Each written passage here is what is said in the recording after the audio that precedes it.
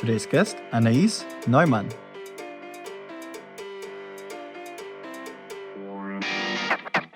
Whenever you bring a profile to the table, show them that you are bringing this profile for a reason. I think what I see a lot of recruiters do, which is okay, especially if it's not exec, right? But they look at a role specification, they highlight almost with a marker 3 keywords, they type those keywords into LinkedIn, and they're like, hey, I found this guy in this company. They have the 3 keywords. Right? All good. And then you realize when you dive a little bit deeper, they don't know anything about the company. They don't know anything about the cultural fit, if there's any. And sometimes you have to find this out. But what is important to me is to be able to go to my stakeholders, or for folks on my team, right? I want them to go to stakeholders and say, look, I've just brought you this profile from Delivery Hero because we know that right now it's kind of easy to get the talent from Delivery Hero. We know that there's difficulties. I mean, we of course don't want to, take advantage of a bad situation, but this is the jungle of recruiting, right? You look into the companies that might now have talent that may have lower engagement rate, great talent that is looking perhaps for their next step, right? And we brought this profile because we know that this company, Delivery Hero, has built a specific product which is called XYZ, which is really relevant to what we are trying to build. How does that sound? Because oftentimes, what you're bringing to a hiring manager in executive recruiting is a passive profile, is a passive candidate. What do you have from this passive candidate? Nothing. You haven't reached out. You're just bringing a LinkedIn profile. And chances are that with a LinkedIn profile of a person that is top of the rocks, right? They're really good. They don't necessarily need to cultivate a neat LinkedIn profile with a lot of information because they're happy where they are. Obviously, they're passive. So you have to tell the story of the candidate and why you brought that candidate, even without really having having spoken with them, without having all the information there, but say, hey, I can only guess that this would be someone worth reaching out to for the reasons A, B, C, right? Bring them on the journey to what the market looks like. I always tell my team, look, we've got so many times we are so excited about bringing perfection to hiring managers, right? Hey, I want to bring only the perfect profiles, that we forget that we have to show them how much filtering we have to do to get to these profiles, who we don't include in the calibration, or who we don't push to a hiring manager screen, so that they understand, hey, this is the quality, this is already sort of the bar that we're looking at, and anything that you haven't seen so far is just simply because it doesn't hit the bar.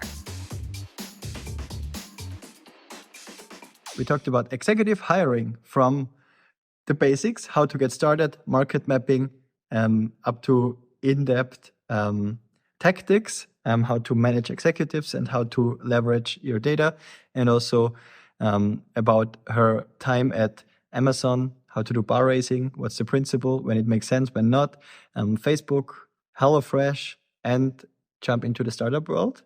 And we also do a second episode because there's so much content we need to talk about. So that's part 1. Then you can build trust, and then you can spend less time communicating and more time just getting shit done. Then I went home and thought about this sentence. We basically put it on the table. Hiring takes time. People are trained. How to objectively judge certain situations. It's very, very, very, very hard to change things. That was the learning. Entrepreneurs with empathy. To the people side.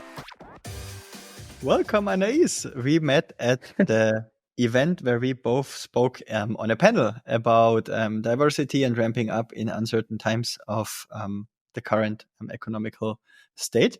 And I really like the conversation we had before and after and during the panel. And now we are here sitting in the podcast. I'm so excited. So maybe give us a bit more about your context about yourself. Yeah, thanks, Thomas. Thanks for having me. So about myself, I am actually French. At least that's what the passport says. But my parents are German, which explains the last name. So I grew up in France, and in the very border, basically, of France and Germany, which means that Luxembourg is not very far. So basically, after having completed my studies, Luxembourg was the best place to be in order to find interesting companies. I mean, it's for various tax-related reasons and financial reasons. It's the home of Amazon, PayPal, Vodafone, like those big giants, if you will, even Apple with iTunes from a payments perspective.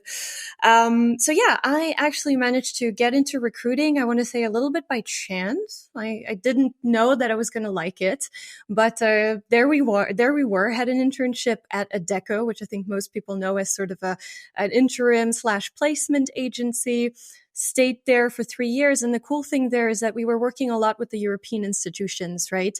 And major clients that we had to do call for tenders for. And one of those clients was Amazon. And historically at Adecco, Amazon has been this sort of difficult to crack type of client looking for very, very special profiles. And it turns out that I managed to crack, the different things that Amazon were looking for in terms of their cultural match and whatnot. And about 3 years into my role at Adecco, I got someone from the executive recruiting team there. I reached out and said, Anaïs, we really liked what you did in Adecco. And we want you to be part of kind of ramping up executive recruitment for Amazon in Europe. The team had been super new, maybe around for like 6 months or something, made up of loads of ex-Korn Ferry and Spencer Stewart consultants, so really creme de la crop when it comes to executive recruiting. And I was like, wow, I'm never going to pass this process. I don't know what it's like. I mean, I did really application-based recruiting, but hey, I'm always up for the challenge. And it worked out. So they taught me everything there was to know, really starting more in a sourcing capacity. So we learned I learned how to really, map companies, industries, do like all these organizational charts and whatnot. And I just moved my merry way through the different ranks, right? From sort of a sourcing capacity to, junior recruiter, senior recruiter, starting to lead also sourcers and recruiting coordinators. And it was just wonderful because I joined in 2013 when Amazon was really just expanding into all of these countries in Europe. Kindle was just starting. We've witnessed the Fire phone flopping. Just really exciting. And also AWS starting really to hit in Europe. And that brings me to sort of my my next challenge after sort of 4 years in executive recruiting. I was like, what's next? So I've got this down. Yeah. That's really exciting. Let's shortly pause here because you mentioned Sure. something very exciting, and that's you learned executive recruiting, and you just started with market mapping, with mapping down companies, understanding industries, and so on. How do you learn executive recruitment? I think that's also exciting for many recruiters out there. Yeah, very good question. I think it was a very, very process-driven team. A team, as I said, that came from sort of those top executive recruitment consultancies. They have this very specific process where before you start a search, or the moment you start a search, there's a methodology to it, right? First of all, intake meeting, of course, right? But after that, you've got like this period of 2 weeks where what you're going to do is really map who is the target universe, like who are the target companies you want to go into. We were mapping all of the Amazon competitors. We were mapping, say, for example, we were starting to look for someone that was going to bring Kindle into stores, right? Kindle was only sold on Amazon.com, right? Or on Amazon.de or whatever it was. And they wanted to, of course, bring that hardline sales into the store. So who do we map? Who are companies that have done the same things? What are the companies that have hardware sales, of these sorts of consumer related products? So you draw up the list. You look at the top people in there. We had spreadsheets, literally. I mean, everything was spreadsheet based, right? As you can imagine. We had spreadsheets of this is the number one. Okay, 2 seniors. So who's the number 2? What is the team underneath them? Can we look at them in terms of seniority levels, right? Calibrating. And that brings us to sort of, the whole product of these 2 first weeks, the calibration meeting with the hiring manager, right? Our long list, usually 50 names that we would go through meticulously with the hiring manager, which would then sort of translate into a short list of good-looking, calibrated profiles that we would reach out to. It was done in batches mostly, right? You reach out to those first 20 people from the short list, see what gives, start to talk to them. Talking with the candidates at the time was also quite quite a big step for me, because instead of actually saying, hey, we've got this role, are you interested? It was more like, hey, so this is Amazon. We're growing. There's exciting opportunities. Let's talk. Never putting your cards on the table. Getting as much information from them as you want, as you need, not just to give them the role right away and just tell them about the details, but to understand, okay, is this really someone I want to offer this role to?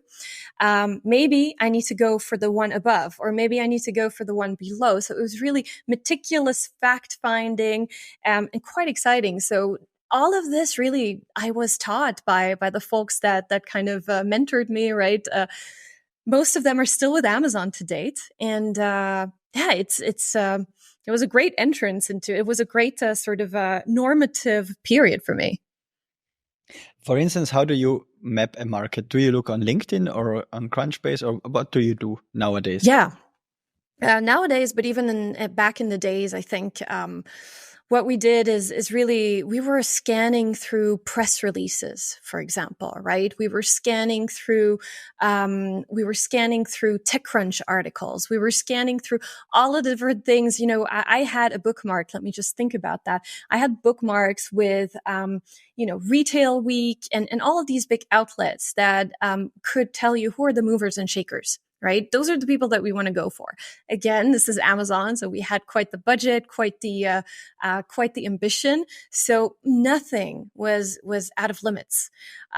Today in my role, of course, we still have ambitions. We still want to hire big, but in terms of the bandings and what is even possible, and this level of seniority that we can technically attract into the role. So I currently work at HelloFresh. I think we didn't get to that, but, went full cycle, back into executive recruiting after a couple of stints of high volume tech and business recruiting. But yeah, it's obviously a different business, different level of, different leveling also from an executive benchmarking perspective. And you have to know who you can approach realistically to actually make the best out of your time as well.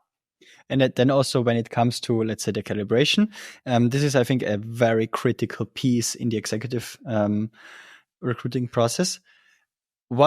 How do you tackle the hiring manager? Because usually they are quite busy at that level.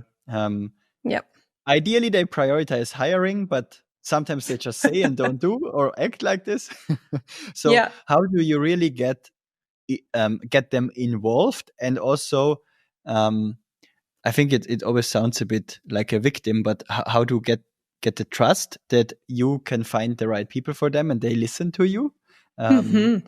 Because I think that's also a critical piece sometimes, because why should they, right? I think you also need to provide value. Yeah.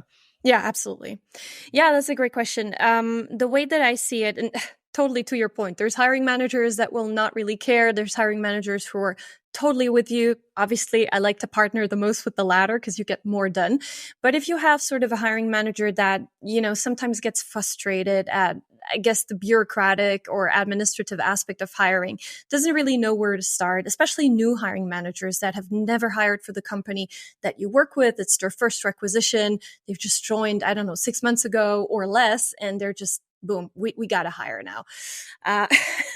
So here, I think what's important is twofold, right? Really understanding what it is that they want and why, right? So again, one thing that I take from my time at Amazon is sort of this whole, okay, there's must-haves, there's nice to haves. Let's talk about it. If you think that this person needs to be sort of really a good communicator, why? Tell me what are the different situations when they'll need to use this, right?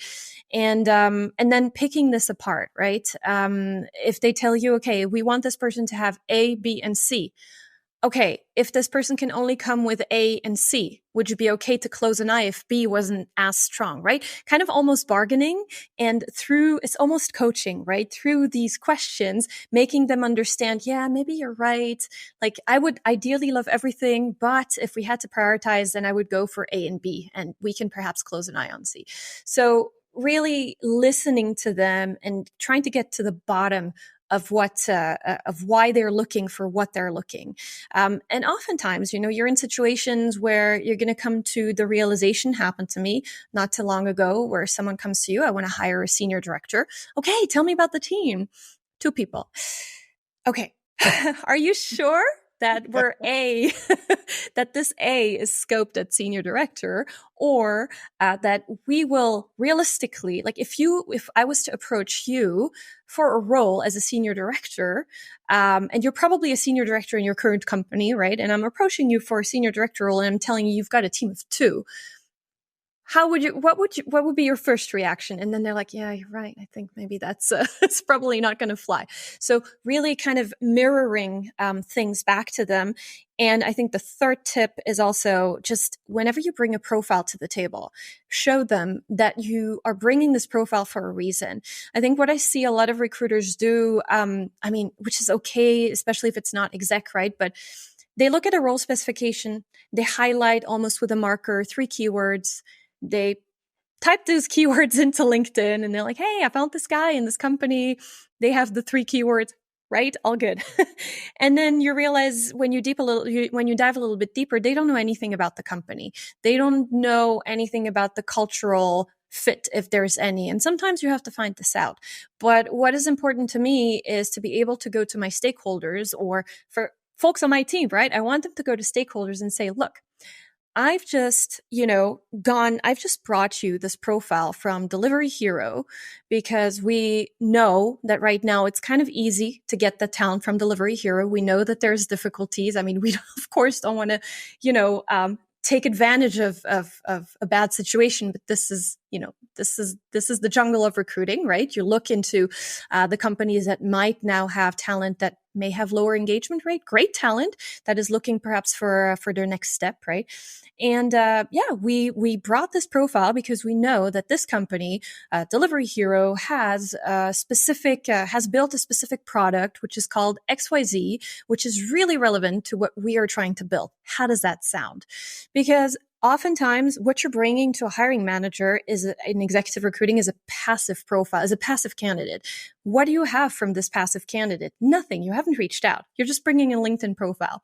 And chances are that with a LinkedIn profile of a person that is top of the rocks, right? They're really good. They don't necessarily need to cultivate a neat LinkedIn profile with a lot of information because they're happy where they are. Obviously, they're passive. So you have to tell the story of the candidate and why you brought that candidate, even without really having haven't spoken with them, without having all the information there, but say, hey, I can only guess that this would be someone worth reaching out to for the reasons A, B, C, right? Bring them on the journey to what the market looks like. I always tell my team, look, we've got so many times we are so excited about bringing perfection to hiring managers, right? Hey, I want to bring only the perfect profiles, that we forget that we have to show them how much filtering we have to do to get to these profiles, who we don't include in the calibration, or who we don't push to a hiring manager screen, so that they understand, hey, this is the quality, this is already sort of the bar that we're looking at. And anything that you haven't seen so far is just simply because it doesn't hit the bar. But yeah, I'm going to stop here for a second. I hope this answers your question in terms of how to kind of earn trust. I think, being a real industry expert that can bring valuable insights into the market that some hiring managers don't have the time to gather, or just don't have the interest, or it's something completely new to them. In case you like my show, please subscribe. I would really appreciate it. Yeah, exactly. And I think that's key. And I also set up some executive departments, not at your scope, at a smaller scope, at a smaller organization with maybe 1,000 people and so on. And this is what I also taught. Don't make your life harder than it already is. Right? Mm-hmm. Because as you said, sometimes you just have a narrow potential what you already can engage or are engaged. And then maybe for non-executive hiring, or when everything is clear, you maybe don't want to bother too much with candidates that are not even interested anyway, because there may be enough out there who are already interested. Just move through with them and get it done. Yeah. But once you get to that level, I think you really need to be very careful on also how to spend your time, because this can be very time consuming and you can spend a lot of time doing it. So you better be effective. Yeah, definitely. And then, so we stopped at the Amazon experience piece. Yes. What did you do then afterwards? Because I think you also worked in a more early stage startup as well once, and then back to HelloFresh. Yeah, there's a couple more stages in between. I think for me, what was sort of a pivotal stage was when I said, okay, what's after executive recruiting? Like I'm not going to lie. I really enjoyed executive recruiting because it puts you in a very exciting position. We always had the inside scoop in terms of everything, but things just move a little slower, right? For good reason. So I was thinking, hey, what about, faster recruiting, right? The non-executive recruiting. What does it feel like to have to look after 12, 15 or whatever open positions at the same time? I wasn't quite sure if I wanted to make the move, but then something absolutely amazing happened. So I was asked to help hiring a VP to open a data science and engineering hub in Tel Aviv in Israel with Amazon. Fun fact is apparently everyone in my team got asked if they wanted to do this, and it involved kind of going over there and and kind of talking to the folks there, having face-to-face real coffee chats with potential candidates, setting the stage. And everyone said, no, I'm good. Like, I'm married, got my kids, don't really necessarily want to go to Israel for whatever reasons. And I was the last one that they asked. And I said, of course, yes. Why would I say no? And this turned out, basically 2 weeks turned out, and it turned out to be 4 weeks, turned out to be 6 weeks. And then I hired not just a VP, but also a director and a senior manager. And suddenly I asked myself, well, now that they've got the top engineering and data science leads, who's going to hire the rest? There was, no recruiting team there. And I asked, and he said, well, we will have to hire someone. And I said, how about me? And they said, yeah, sure. So I went there, set up everything from scratch, from a recruiting perspective there. Built 2 teams and 2 hubs, Haifa and Tel Aviv, made some amazing connections with whom I'm still in touch today. And that's how Amazon kind of treated me to this new stage and this new personal and professional sort of experience. Then about a year after I moved to Tel Aviv, actually, I was a lot in competition with Facebook, who had just created their hub as well, maybe 3 years prior, and we were always competing with them. Their candidates were rarely ever not in offer stage with us and with Facebook. And so at some point, it's a small country, it's a small city, word gets around, right? I was always in competition with the same recruiters. And then they thought, well, why don't we bring her and neutralize her? And that's what happened. So Facebook came a-knocking and asked me to do basically the same, start hiring for their most senior engineering profiles, machine learning, staff engineers, principals, architects, right? I did that. After about a year, I was like, it's a very small market. I want to do something a little bit faster. Again, see, I get bored very easily, right? And came back into business recruiting. So basically marketing, finance, and PR profiles, and also legal profiles, data protection for Facebook, also at the senior level, not exec, but still.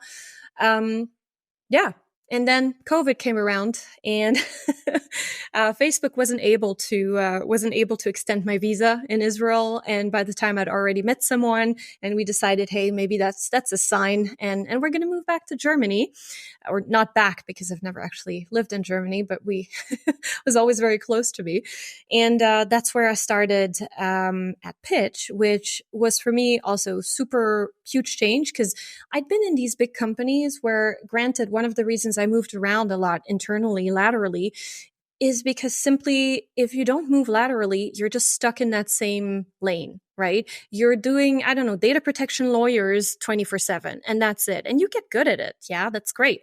But if you're someone that likes to have their hands in other things, like, candidate experience, employer branding, you cannot, because there's always someone, another team, that has ownership of this area. So coming into Pitch was like, hey, you've got a blank page. There's no one taking care of anything right now. Your first mandate is recruiting, and whatever, you can pick up, do it. And I picked up pretty much, whatever I could and enjoyed it because it's, you've got all the great processes that you learn from these big companies. Not all of them can translate, but yeah, you can just get, you've got that goal completion serotonin, like times 100. Yeah, and that's Pitch. Now, Pitch did very well. We had a small team there, hired about 90 people. Unfortunately, rough times, circa, when was it? 2022 for a lot of startups in Berlin, right? So Pitch wasn't spared, unfortunately. I still stayed on, which, I'm still very thankful for. And it allowed me to pivot into more employee experience. How do we care for the folks that are still with the company? How do we evolve from there? But ultimately, when HelloFresh came a knocking and, bigger company, more established processes, but still sort of great foundations, but a lot of opportunity to kind of, move the needle. It was hard to say no, especially since they asked me to go back into executive recruiting, which by the time I hadn't done in the past 4 years. And was slowly but surely thinking about, hey, how about I get back into it? So it was just a great circumstantial, stroke of luck, I want to say. So this is where I am now. Yes, and we also talked a bit about the whole bar raising concept where you Yes. were pretty involved. Can you also give a bit more context about the hiring piece? Because I think a lot of startups and a lot of founders, they all think that they're the best and then they need bar raiser hiring, but they never really experienced something like this before or think they do something like this, but don't. Yeah. Yeah, I mean, bar raising is sort of this big thing that was started now, I think, almost 15 years ago at Amazon, which the concept is very simple, right? You want to make sure that you hire the best, and you want to make sure that you don't hire under stress, right? So a hiring manager, oftentimes when they find a candidate, they're like, listen, I need someone so badly that I'm going to be fine with this person. And maybe they don't see sort of the tree from all the wood, right? So the trees from all the woods. So, so the bar raiser concept is basically bringing in someone who is a seasoned, tenured employee that has interviewed, that is not going to check for technical skills. Like, say, for example, you're hiring someone in marketing, your bar raiser can come from finance. It doesn't matter. They don't need to be a marketing expert, but what they will check is this person at the right level in terms of communication, behavior, and leadership principles in the case of Amazon. And overall, looking at everybody else's feedback, is this a hire worth making or should we abstain? Because, maybe they're not at the bar, right? So it's a neutral interviewer that, is there as the voice of reason and sometimes also the devil's advocate and can sometimes veto. So I was also part of the bar raiser committee in Amazon. It's, enjoyed this very much. I'm very much a hands-on recruiter still in my day-to-day and interviewer. And it just gives you so much exposure to other parts of the business. So I think it's a great program if it is well executed. And I know that this is such a buzzword for, like you say, startups, mid to small to mid-sized companies and growing companies, that they're trying to implement something very, very similar. Say, for example, HelloFresh as well. We're thinking about how can we make sure that we keep the same quality of profiles. Now, I think, it doesn't need to be bar raising, right? It doesn't need to be a bar raiser. I think what is important is to just have, some very clear processes when it comes to what it is that you look at when you hire someone, talking about technical skills, talking about behavioral skills, right? And to have a very clear interview process with focus areas. As long as you have that down pat, you don't necessarily need to go and introduce a very admin heavy bar raiser program. I've seen a lot of companies. I've consulted also with a lot of companies that have failed. To be honest, I also think that you also need to have the people that you can also rely on with the decision making. And this is, I think, one piece to not underestimate. Mm-hmm. Yeah, exactly. So I was consulting, the previous year with a company that was, I think, 70, 80 people, and they were thinking about putting in place a bar raiser. And I said, okay, fine. Well, who are some of the interviewers that have tenure, which in a company that had only been around for 3 years is, everybody's got tenure, right? Who has tenure? Who knows exactly what the company's, what the startup's culture fit means, right? And I'm always hearing the same. Yeah, let's use the co-founder, or let's use someone at C-level. But I don't think that this is the right way to go, because a co-founder or someone at C-level will always have a very, very specific idea of what they're looking for, right? They're also, it's not cheap to bring them into every single interview loop, as we call it, right? And time is money, right? They can't be interviewing 2-3 times a week for positions that they're not as close to. So, you're right. It's a size thing. You need to have, you need to be, I think, a slightly more mature company that has also those folks that may not be at the very helm of the company, that can still be great, and I say talent ambassadors or company ambassadors. In case you have any feedback or anything you want to share with me, please send me an email on thomas@peoplewise.com or hit me up on LinkedIn. And in case you really enjoy the show, please subscribe. I would really appreciate it. And I also think it needs to be a priority, right? If you see that, there is maybe some patterns where we make some, maybe not bad decisions, but it could be better, and we see it as a pattern, then I think it's the right time to think about it, because then you also can prioritize it, because then it's an overall company priority, right? Because it's an overall company problem maybe, or inefficiency. Another piece I would like to tackle into is executive hiring and diversity. Because oh God. let's say especially hiring female engineering leaders, it's tough, right? How do you approach it, and what? Maybe give us a bit more thoughts about that, and a story to your experience. Where to start? I mean, let's not run around the pot. I think, we all know diversity is hard. The higher you go up in the levels, in terms of the recruiting levels that you're hiring for, the more difficult it gets. Executive recruiting is sort of that pinnacle. Then you have that niche environment or that niche domain that you're talking about, which is engineering. You're like, okay, your chances are substantially reduced. So what do you do? I mean, so again, it really depends. Are you hiring for a startup like Pitch? Are you hiring for an established, renowned company like Amazon, or for a, sizable mid player like HelloFresh? I think the possibilities and also the pool that you have is a little bit is very different, right? One super high employer branding budget, one that isn't so known, but maybe there's a little bit more. There's a little bit more personal connectivity to the mission. Anyway, one of the things that you're never going to get around is the fact that there are less profiles available. But do you know who those profiles are? So what I've done consistently in the past, be it with Pitch or with Amazon or with now with HelloFresh, is, well, it's going to be hard. And that the folks that you bring in ultimately are going to drop out little by little, or the dropout ratio, the more you advance in the stages is going to increase. So what you want to do is you want to time your approach to diversity hiring, right? I'm going to backtrack for a second and just, go not on making a couple of assumptions, but actual experience has told us that when you engage a man, and when you or non-underrepresented person, right, and you engage a member of an underrepresented group, it will usually take the latter a lot longer to think about, okay, do I want to talk to this recruiter? Do I want to get back?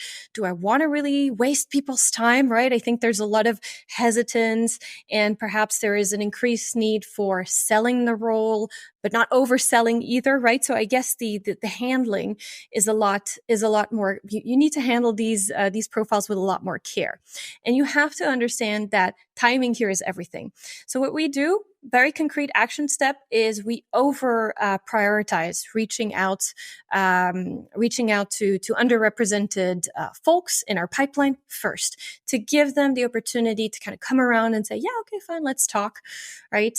We do this, and then almost doing an undercover search before we go out and start the whole referrals and start the whole maybe even posting the job online, right? Which will open the floodgates. So before we do this, we try to convert as many people as possible. And especially in engineering, trying to keep, which is not always easy, but trying to keep a disproportionate amount of outreaches with sort of, this diverse talent that you can identify. Now, this is the moment where usually if you share this openly with a hiring manager, they go, what are you doing? Isn't this positive discrimination? We just want someone that can do the job, right? And obviously as a recruiter, also, you want to bring someone that can do the job, that's going to stay with the company. But you do have to make the sacrifice where you first start doing this outreach effort. You work against those timelines. And then, you can, of course, start and reach out to these perfect profiles that you've seen that might not be diverse, but do it at a later stage, because then you have a lot more chances to align the timelines. And, I've had it many times also in the past couple of months here at HelloFresh that we had, male versus female at the very last stages. And then, you've given the business the opportunity to see both sides of the story, like both types of profiles, and to make a conscious decision around which profile is the best in all things considered. And as a recruiter, your responsibility is also, and kind of going back to the bar raiser program, right? Recruiters can be bar raisers, right? Recruiters know also what's going to work and what's not going to work with the company if they've put the time in to understand what a success profile looks like. So they can also, when you're on a debrief talking about a candidate, they can also jump in and say, "Hey, can we stop talking about this person's demeanor, perhaps, or can we pause on the fact that this person maybe was wearing, I don't know, Crocs, and and talk about." True story. And talk about, their technical abilities to do the job, the way that they would engage with stakeholders, right? So oftentimes candidates can get hung up on something very biased. And sometimes recruiters, especially the more junior ones, are very uncomfortable, whistleblowing, if I can put it that way. They're uncomfortable to say, well, are you sure about that? But I think it's really the recruiter's job to challenge and to always say, hey, let me be the devil's advocate for a second here. Are we having a false negative? Are we focusing on the wrong things? So yeah, those are some of the tips in a very long-winded fashion that I would share. Thank you so much, Anaïs. I really, really enjoyed the conversation. Who is a guest I should interview next? Ooh, that's a great question. Maybe I'll get back to you on that, but there's definitely a lot of folks that I can think of. It depends. Like, what do you want to bring to your listeners, right? I know that your listeners can be both, founders and business owners, but also recruiters that want to, improve in their craft. So what's one of the topics that you may not have had on your podcast, and tell me that, and I'll tell you. I covered a lot of topics already, but I think it's always about a certain perspective on a topic. And I think what you have is a certain exposure and network of people that saw excellence. And I think that's something really exciting, also from a bigger scope maybe, and a more global perspective as well. Mm-hmm. Yeah. Well, let me get back to you on that, because I've got this network. What you can think about is also obviously, how do you drive diversity more from a program management perspective, right? It doesn't necessarily need to be from a recruiter's perspective, but I think a lot of companies right now see the importance of D&I.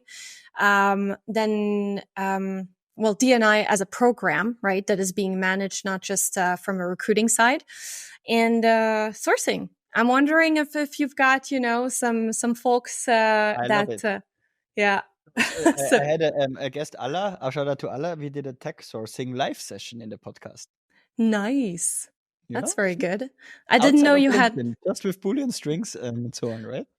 Oh yeah, that's nice. Yeah, Yeah. cool. Let me think about it, and I'll give you some more. I'll give you some more tips. Yeah, and thanks for your time. I really, really enjoyed it. It's also a passion topic of my heart. Yeah, it is. It's really fun. And I think we've only, scratched the surface of what there is to say about executive recruiting. I'd love to come back and tell you a little bit more about, the fine art of engaging execs, talent pooling. I mean, this is a topic that I'm really excited about, right? How do you not hire for the now, but build your little black book that can allow you to kind of really, get the person engaged for the perfect role once it comes up. And I think especially in diversity, actually, now that I think about it, it's something we discussed at the event that we were both at, especially in diversity, sometimes, trying to engage diverse talent for a specific role under some form of urgency doesn't work out as well as paving that way, having an exploratory conversation, getting someone engaged about just the sheer mission of the company and what they can accomplish so that when something comes up, you can just really jump onto the occasion and say, hey, Jill, is there, I've got this really exciting opportunity that I've been dying to tell you more about. Do you want to hear about it? Right. And that level of engagement, I feel is very different, from when you just, live contact someone for a specific opportunity because they feel pigeonholed sometimes when really what execs, can benefit from the most is a little bit of career coaching. We as recruiters can be career coaches, right? And help them understand, what could be a good step by asking the right questions. Sorry, I went a little overboard, but as you can Because it's tell. so exciting. I already took a note on. We need to follow up and do another one. Maybe, yeah, absolutely. I mean, I'm always game. Cool. And thanks. It was really nice. Yeah, absolutely. Thank you, Thomas. You have a great weekend. And thanks for having me. I'm up whenever you want to have me again.